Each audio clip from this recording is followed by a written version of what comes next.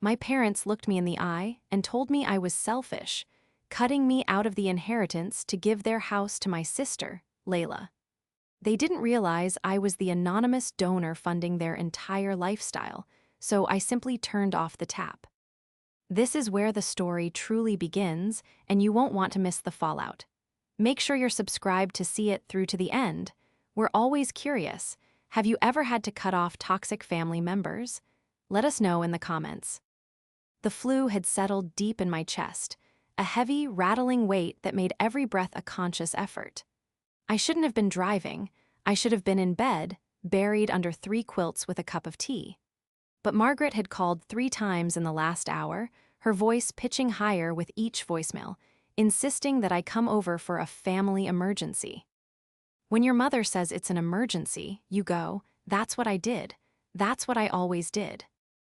I pulled my modest sedan into the driveway of the house I grew up in, a sprawling 2-story colonial that looked immaculate from the street. The lawn was freshly manicured, the shutters painted a crisp navy blue, and the porch light cast a warm, welcoming glow. It looked like the picture of stability. It looked expensive. I knew exactly how expensive it was because I saw the numbers leave my bank account on the 1st of every month. I parked behind Maverick's brand new truck, a vehicle he definitely didn't need for his retired lifestyle of watching golf and complaining about the neighbors, and took a moment to check my face in the rearview mirror. I looked pale, dark circles bruising the skin under my eyes. I popped a cough drop, grabbed my purse, and braced myself against the biting wind. When I walked inside, the warmth of the house hit me, followed immediately by the smell of roasting garlic and rosemary. It didn't smell like an emergency. It smelled like a celebration. "Alice, you made it," Margaret chirped from the dining room. She was wearing her pearls and a silk blouse I'd bought her for Christmas 2 years ago. She didn't ask how I was feeling, even though I sounded like a dying engine when I said hello. "What's wrong?" I rasped, shedding my coat. "You said it was urgent." It is," Maverick boomed, coming in from the living room. He held a glass of scotch in one hand and looked flushed with excitement. "Come, sit down. Layla is already here." Of course she was. I walked into the dining room. Layla was lounging at the head of the table, looking radiant.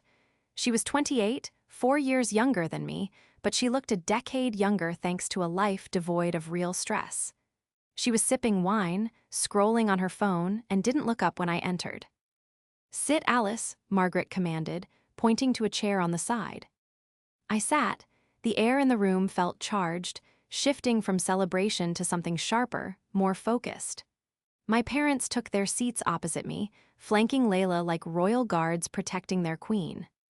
"We have some news," Maverick started, placing his heavy hands on the table. "Your mother and I have been doing some estate planning. We're getting older, and we want to make sure things are settled." I nodded slowly, my head pounding. "Okay, that's smart." "We've decided to sign the deed of the house over to Layla," Margaret said. She dropped the sentence like it was a casual comment about the weather. I blinked, sure I had misheard through the congestion in my ears. "What?" "We're transferring the title. Effective immediately," Maverick clarified, his voice hardening slightly. "Layla needs the security. She's a creative spirit, Alice. She doesn't have the rigid corporate safety net you've built for yourself." "You have your career," Margaret added, waving a hand dismissively at me. "You have your own apartment, you're fine, but Layla, the world is harder for someone with her sensibilities. We want to make sure she always has a home." I looked at Layla. She finally looked up from her phone, a smug, satisfied smirk playing on her lips. She didn't look grateful, she looked entitled, as if this was simply the natural order of things. "But," I stammered, my throat burning, "this house is. It's the only asset you have. And what about me? You're just cutting me out completely." Maverick scowled. "Don't be greedy, Alice, it doesn't become you. You've barely lifted a finger to help us in years. You come over, you eat, you leave, you're distant." "Distant," I whispered, shock turning into a cold numbness. "And cheap," Margaret muttered, looking away. "You make good money, yet we never see a dime of it. Layla brings us joy. She helps us with the garden. She's present. You're just cold. The room spun. The betrayal wasn't just in the money or the house. It was the rewriting of history. It was the absolute, confident belief that I was the villain in their story. So Layla gets the house, I said, my voice trembling, because she's present and I'm cheap. Exactly, Layla said, speaking for the first time. Her voice was smooth, like velvet wrapped around a knife. It's about who actually cares, Alice. Not everyone is obsessed with their bank account like you. I looked at them, my mother, my father, my sister. They looked at me with a mixture of pity and disdain. In that moment, the flu was the least of my problems. The betrayal was worse than the diagnosis itself. I don't remember walking out of the house. I don't remember saying goodbye. The next thing I knew, I was sitting in the driver's seat of my car, the engine idling, my hands gripping the steering wheel so hard my knuckles were white. The heater was blasting, but I couldn't stop shivering. Cheap. The word echoed in my skull, bouncing around with a headache that felt like a sledgehammer. You barely lift a finger. I leaned my head back against the headrest and closed my burning eyes. A laugh bubbled up in my throat, a dry, hysterical sound that turned into a coughing fit. I hacked until I tasted copper, tears streaming down my face. They thought I was cheap. They thought I was distant. I reached for my phone, my fingers trembling. I wasn't calling them. I opened my banking app. I needed to see it. I needed to confirm that I hadn't hallucinated the last 5 years of my life. I scrolled down to scheduled transfers. There it was, the big one. To First National Mortgage Servicing. Amount $2,850. Date 1st of the month. Status pending. I scrolled down further. To County Tax Collector. Amount $6,200. Date Nov 15th paid. And further. To Maverick Medical Bills. Amount $450. Date weekly. I sat there in the dark driveway, the glow of the phone screen illuminating the tears drying on my cheeks. For 5 years, ever since Maverick retired early because he got into an argument with his boss, and Margaret retired to keep him company, their pension hadn't been enough. Not even close. They had come to me then, panicked, crying at the kitchen table. They were going to lose the house. They were drowning in credit card debt. I had stepped in. I had taken over the mortgage. I had paid off the cards. I handled the property taxes. But I had made a mistake, a fatal emotional mistake. I wanted to spare their dignity. I didn't want my father to feel like a failure, living off his daughter.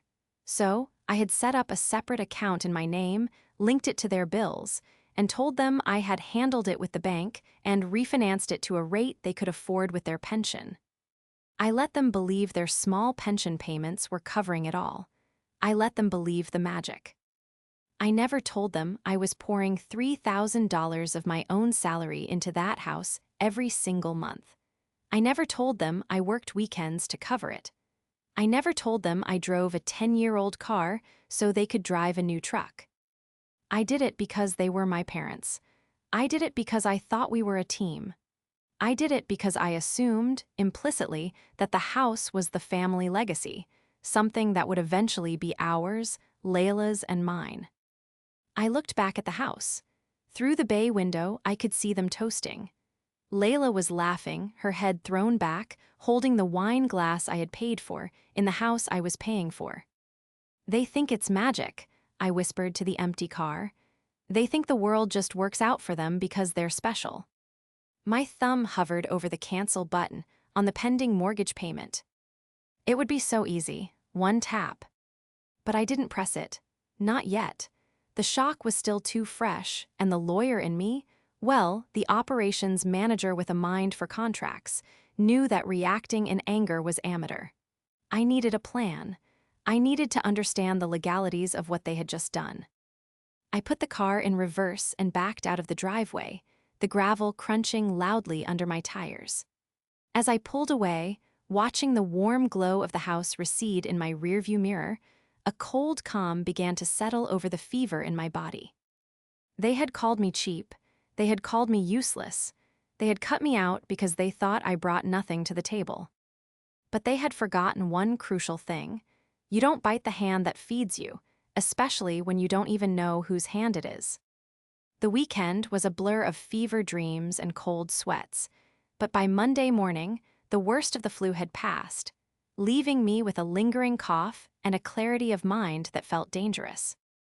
I sat at my kitchen table, a small, round thing I'd picked up at a thrift store because I couldn't afford new furniture while paying my parents' mortgage, and opened my laptop. It was time to look at the numbers. I pulled up the spreadsheets I had meticulously kept for years. Project, Parental Stability, I had called it. God, I was pathetic. Looking at the columns of red numbers, the memories flooded back. I remembered the day I canceled my vacation to Italy because Eric needed emergency dental work. I remembered eating instant noodles for a month so I could pay the property tax lump sum without them noticing. I remembered the pride I felt, thinking I was the good daughter, the responsible one, the rock of the family. And then there was Layla. Layla, the creative spirit.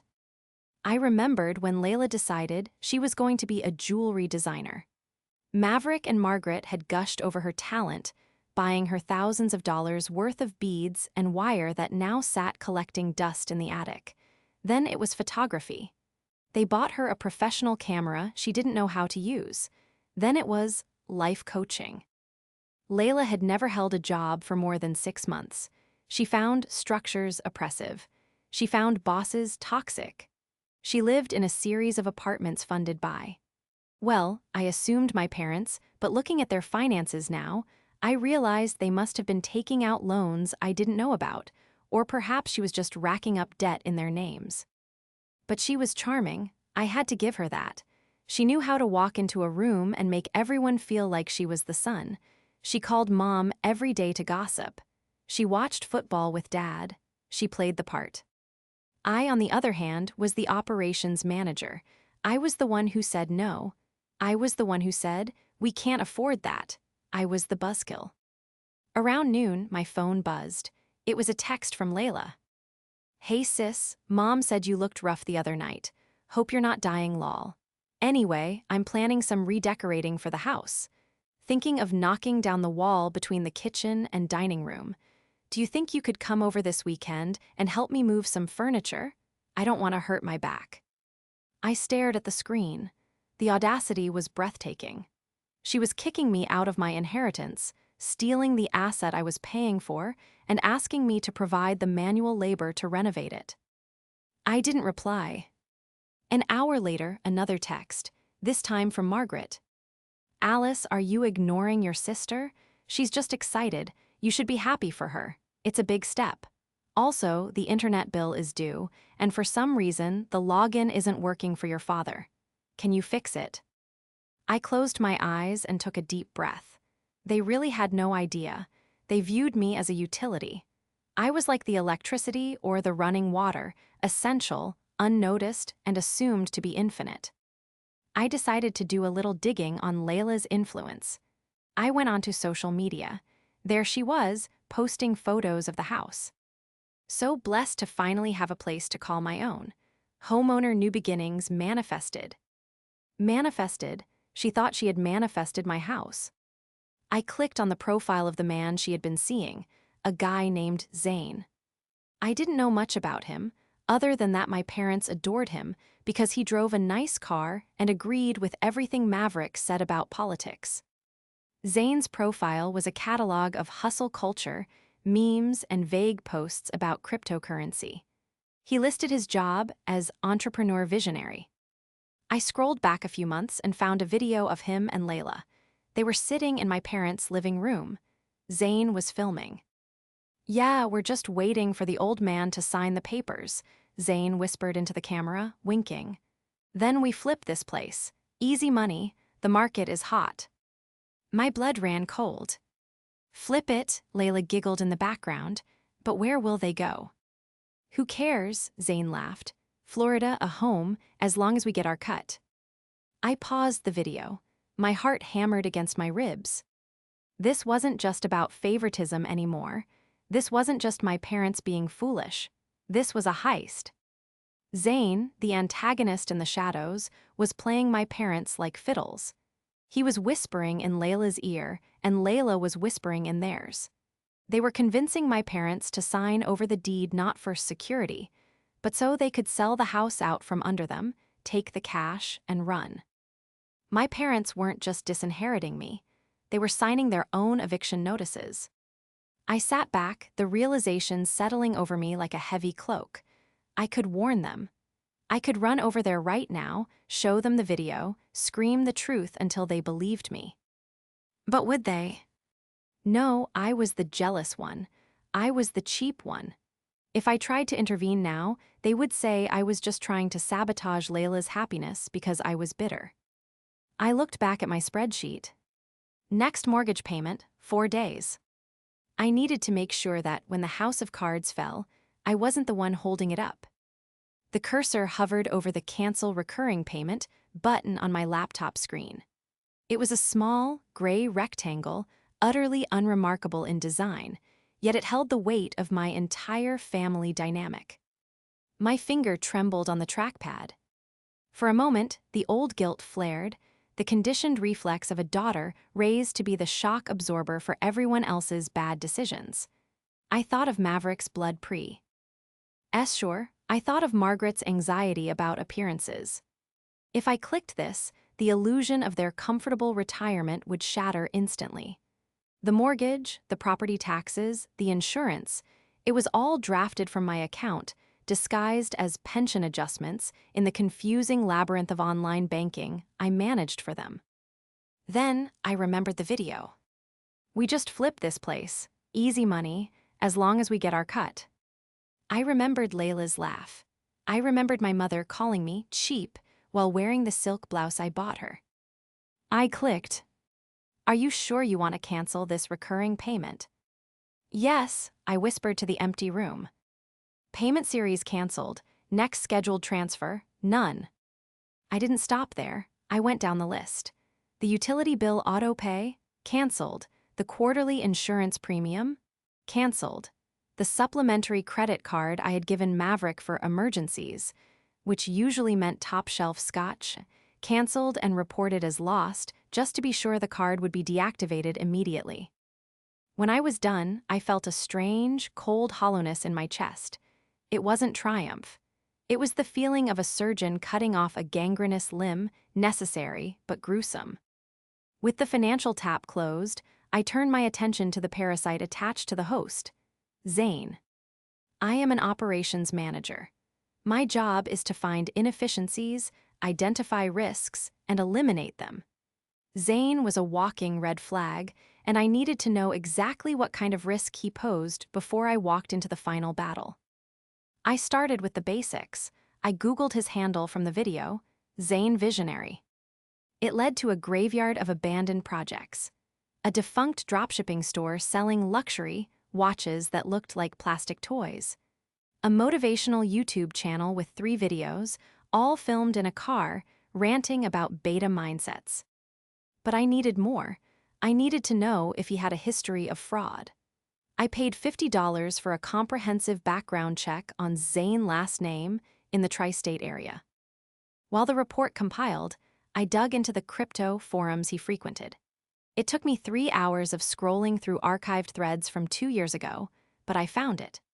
A user named CryptoShark88, who used the same profile picture Zane used on Instagram, had been banned from a forum for soliciting private investments for a guaranteed 1,000% return coin that rug pulled 3 weeks later.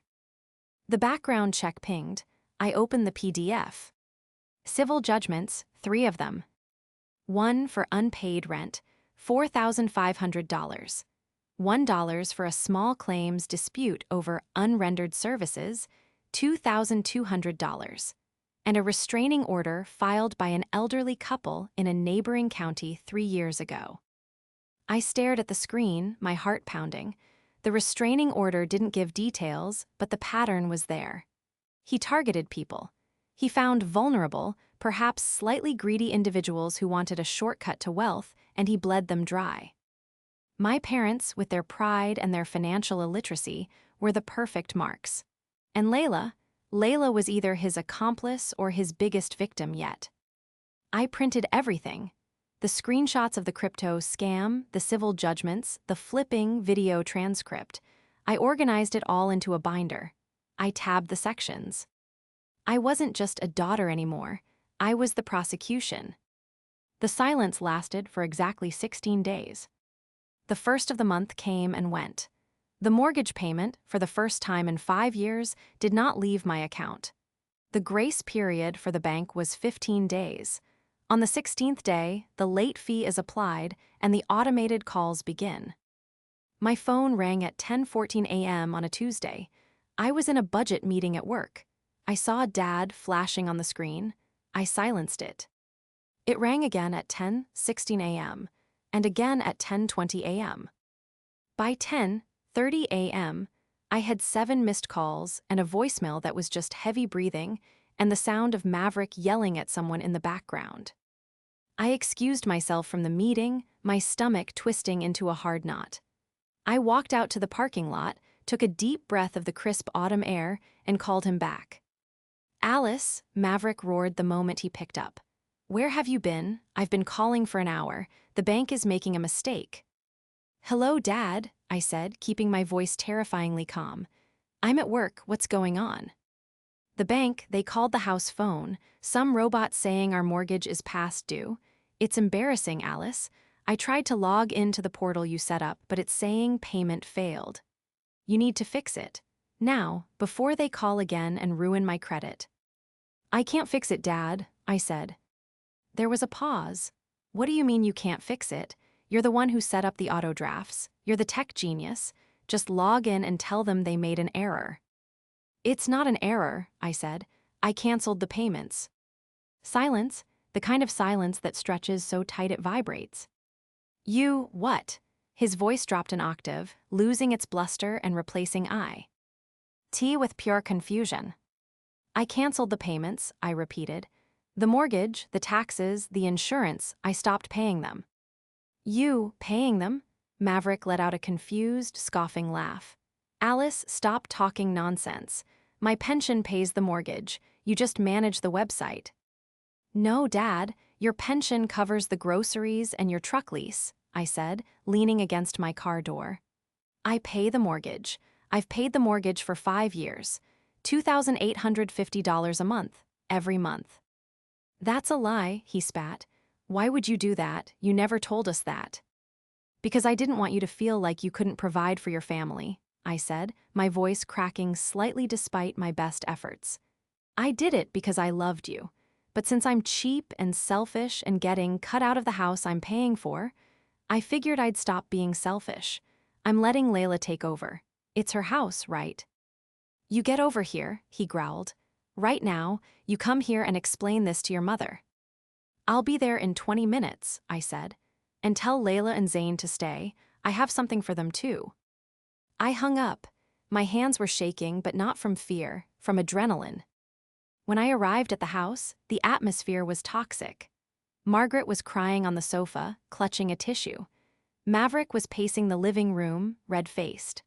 Layla was sitting in the armchair, looking annoyed, while Zane stood behind her, his arms crossed, trying to look intimidating in a slim-fit blazer that was too tight across the shoulders.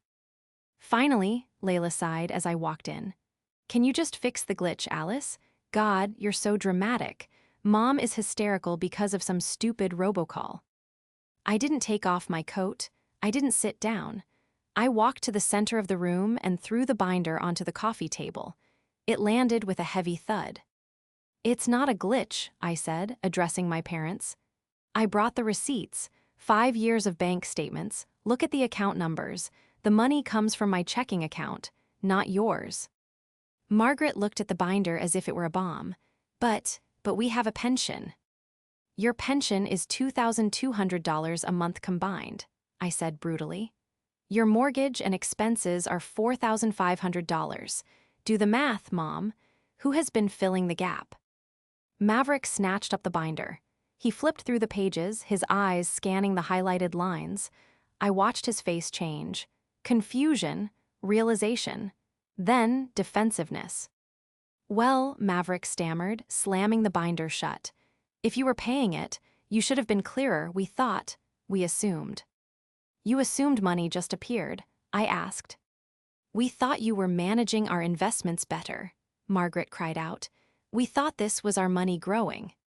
It was my money shrinking, I corrected. But that's over. You said Layla gets the house because she's present. So, congratulations, Layla, you're the homeowner now, the mortgage is due, you have 10 days before the next late fee.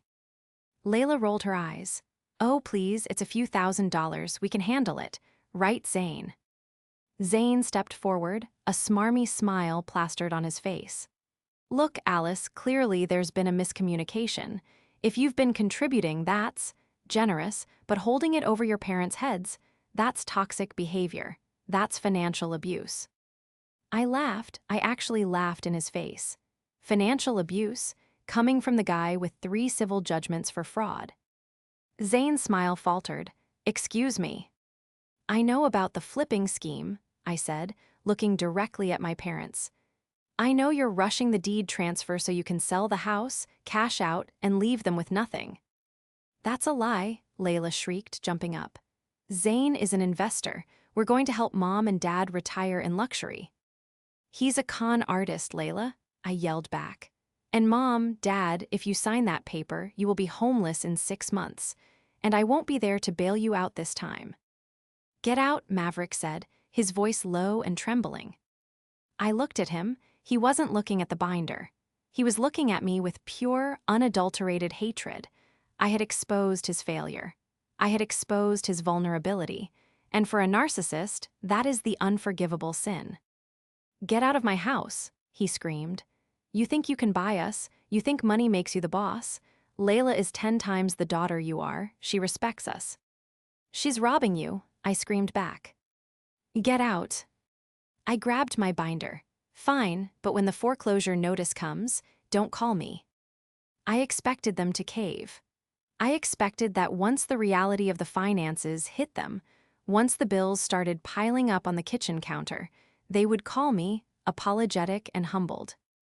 I underestimated the power of Zane's influence and my parents' pride.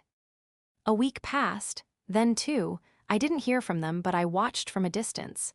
I saw Layla posting on Instagram, big things coming, ignoring the haters and focusing on abundance.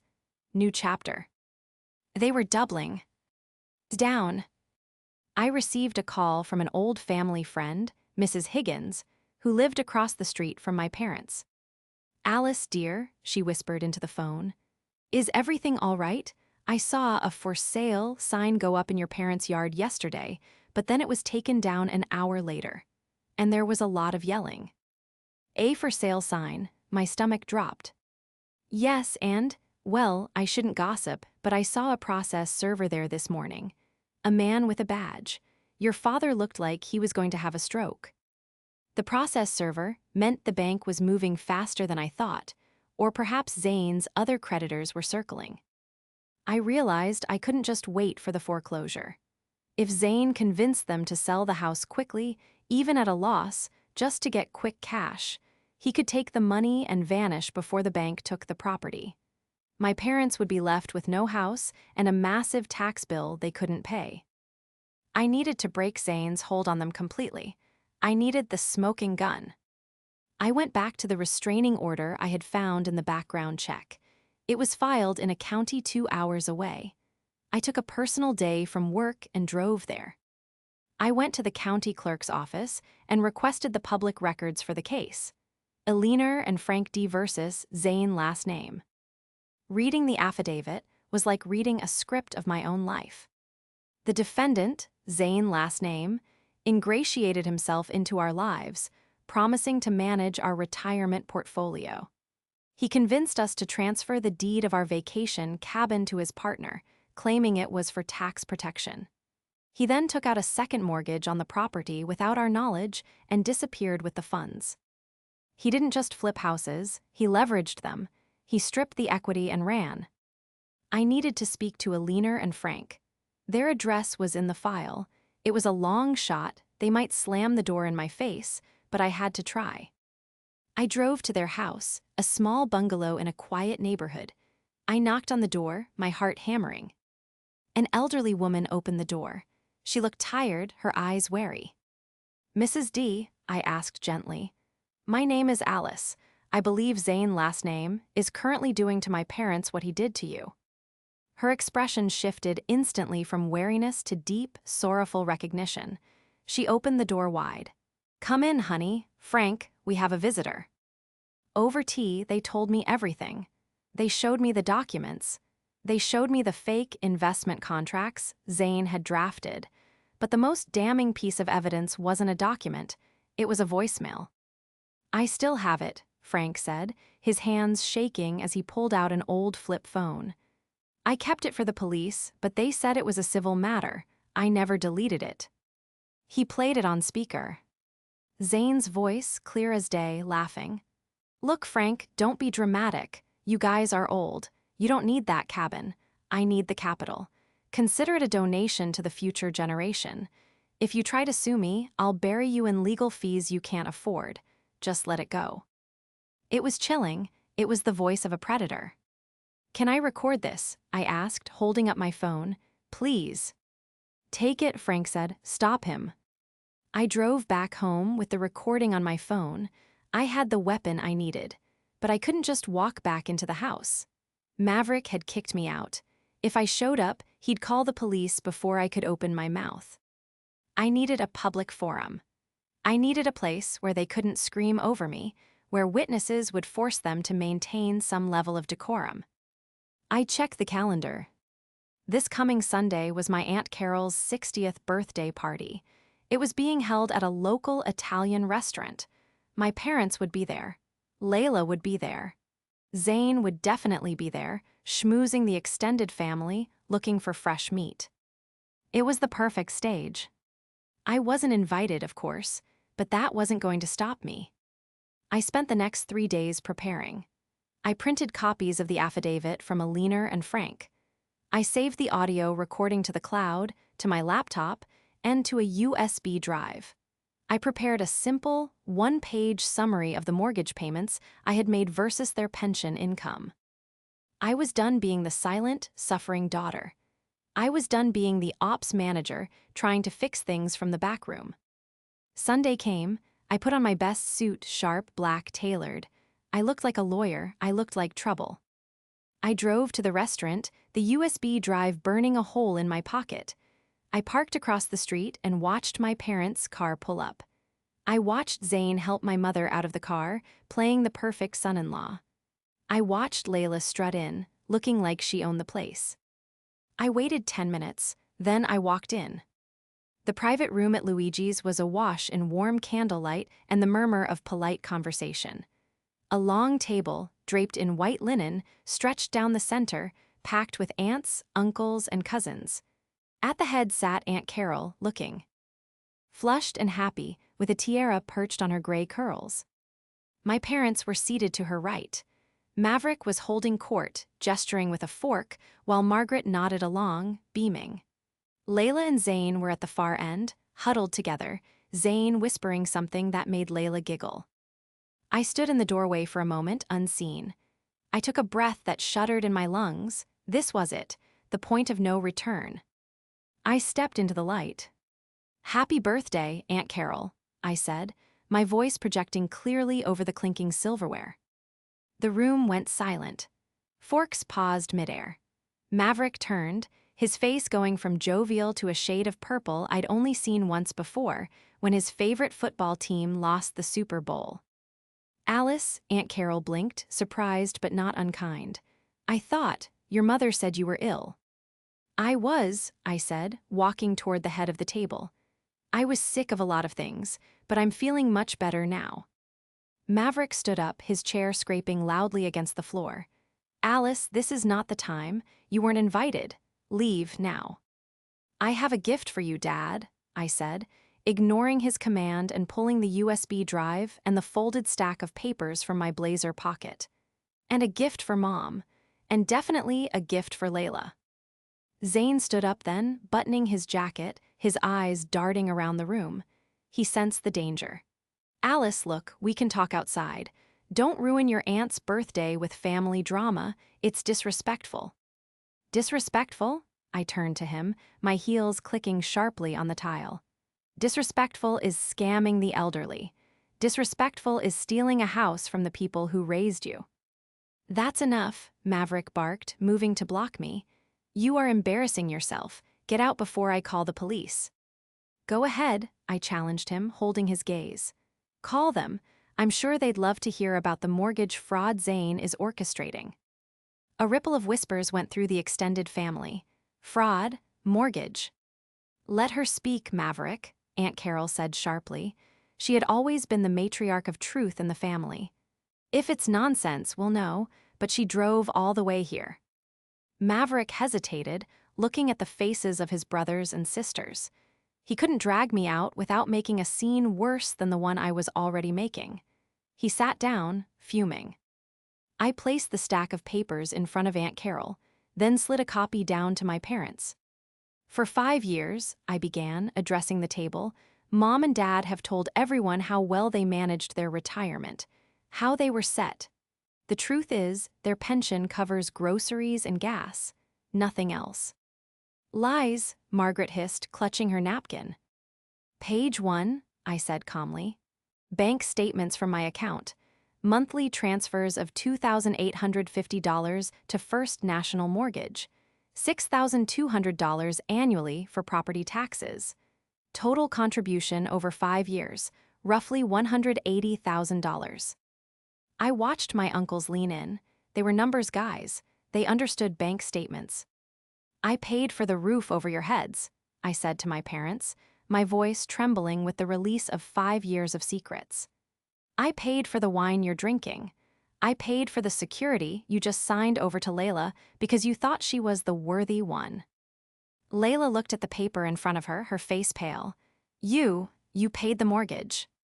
Every dime, I said, and the moment you cut me out, I stopped paying, which is why you're getting foreclosure notices. We can fix that, Zane interjected, his voice too loud, too desperate.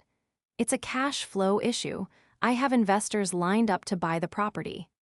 You don't have investors, Zane, I cut him off. You have victims. I pulled out my phone. I had connected it to the restaurant's Bluetooth speaker system in the lobby while I was waiting, a little trick I learned from a tech-savvy cousin years ago. I tapped the screen. The audio recording of Frank and Alina filled the room. Look, Frank, don't be dramatic. You guys are old. You don't need that cabin, I need the capital. If you try to sue me, I'll bury you in legal fees. Zane's voice, unmistakable, arrogant, cruel. The silence that followed was absolute. Zane lunged for my phone. Turn that off, that's out of context. That's AI, deepfake. I stepped back, and my cousin Mike, a linebacker for the local college team, stood up and blocked Zane's path. I think you should let her finish, Mike said, crossing his massive arms. I looked at Layla. She was staring at Zane with wide, horrified eyes. The veil was lifting. The investor, the visionary, he was just a predator who called old men dramatic for wanting their homes back. He did it to them, I said softly to Layla. And he's doing it to Mom and Dad. He's going to flip the house, take the equity, and leave them homeless. And he's using you to do it. Layla stood up, her chair toppling over. She looked at Zane. Is that true? Did you take that couple's cabin? Babe, they were sen. Zane snapped, his mask slipping entirely. It was a business deal. They didn't understand the market. Just like your parents don't understand that sitting on an asset like that is stupid. Stupid, Maverick said, his voice low and dangerous. Zane wheeled on him, cornered and vicious. Yes, stupid. You're broke, Maverick. If it wasn't for your daughter paying your bills, you'd be in a trailer park. I was trying to save you from your own incompetence, you old fool. The entire room gasped. Maverick stood up slowly. He was a proud man, a stubborn man, but he was not a man who took insults from a 20-something con artist in a cheap suit. Get out, Maverick said. Fine, Zane threw his napkin on the table. Good luck with the foreclosure. I'm out. And Layla, don't bother calling. You're too high maintenance for a girl with no inheritance." Zane stormed out. The door slammed behind him, leaving a ringing silence in his wake. Layla burst into tears, sinking to the floor in a heap of chiffon and shame. Margaret was weeping into her hands. I stood there, feeling the adrenaline drain out of me, leaving me exhausted. I looked at my father. He wasn't looking at me with hatred anymore. He was looking at the bank statements in his hand. He was looking at the truth. "Happy birthday, Aunt Carol," I whispered, and then I turned and walked out.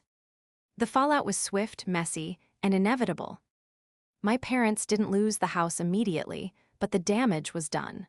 Without my payments, and with the refinancing schemes Zane had started to initiate, which thankfully hadn't been fully finalized, their financial reality crashed down on them hard. They tried to keep up. Maverick sold his truck. Margaret sold her jewelry.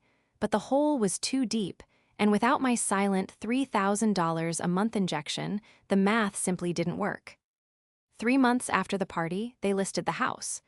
A real sale this time, not a scam. They downsized to a 2-bedroom condo in a senior living community.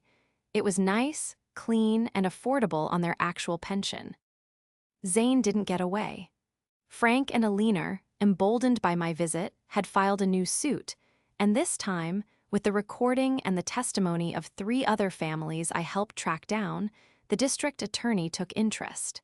He was currently awaiting trial for wire fraud and elder abuse. And Layla had to grow up. Zane had cleaned out her personal savings before he left, a shared account she had foolishly opened with him. She moved into the guest room of my parents' new condo. It was cramped. It wasn't glamorous. But for the first time in her life, she got a job, a real one, working reception at a dental office, and she kept it. As for me, I didn't speak to them for 6 months. I needed the silence. I needed to rebuild my own savings and my own peace of mind. I bought a small house of my own. It wasn't a sprawling colonial, but it was mine. The deed had one name on it, Alice. One rainy Saturday in November, a year after the emergency family dinner, my doorbell rang. I opened it to find Maverick and Margaret standing on my porch. They looked older, smaller. Maverick wasn't wearing his blustering pride like a suit of armor anymore. He was holding a Tupperware container. "Lasagna," Margaret said, her voice wavering. "Your favorite." I hesitated, then stepped back to let them in. We sat at my kitchen table, a new, sturdy oak one I had bought with the money I wasn't spending on their mortgage. "We're sorry," Maverick said. He didn't look at the wall or the floor, he looked me in the eye. "We were blind. We got used to the comfort and we stopped asking where it came from. We took you for granted, Alice, and what we said. About you being cheap. About you not caring." He choked up, unable to finish. "It was wrong," Margaret finished for him, reaching across the table to touch my hand. "You were the only one who was really taking care of us. We see that now. We know we can't pay you back the money, but we want to try to pay back the love." I looked at them. I saw the regret etched into their faces. I realized that saving them financially had actually crippled them emotionally. It allowed them to live a lie. By cutting them off, I hadn't destroyed them. I had forced them to live in the truth, and in the truth, we could actually be a family. "I don't want the money back," I said softly. "I just want you to know me, the real me, not the ATM, just Alice." "We know," Maverick said, wiping his eyes. "We know." It wasn't a perfect fix. Years of favoritism don't vanish overnight, but we started having Sunday dinners again. Layla joined us sometimes, quieter now, more humble. We were a family of flawed people, piecing ourselves back together, one honest conversation at a time. I had lost my inheritance, yes, but I had gained something far more valuable: my freedom, my self-respect, and finally, my parents' respect. And frankly, the lasagna tasted better than it ever had before.